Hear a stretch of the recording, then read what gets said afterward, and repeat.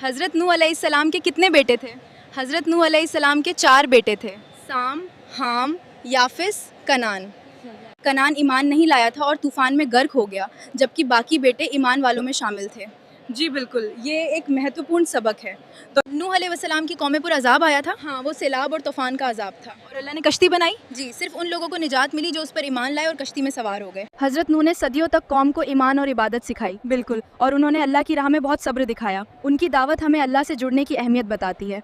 तो ईमान लाने वालों के साथ जो हज़रत नूह थे, उन्हें अल्लाह ने बचा लिया? जी बिल्कुल, सही बात है, अल्लाह ने बचा लिया। तो ये कितना महत्वपूर्ण है आज के समय में? आज भी उतना ही ज़रूरी है।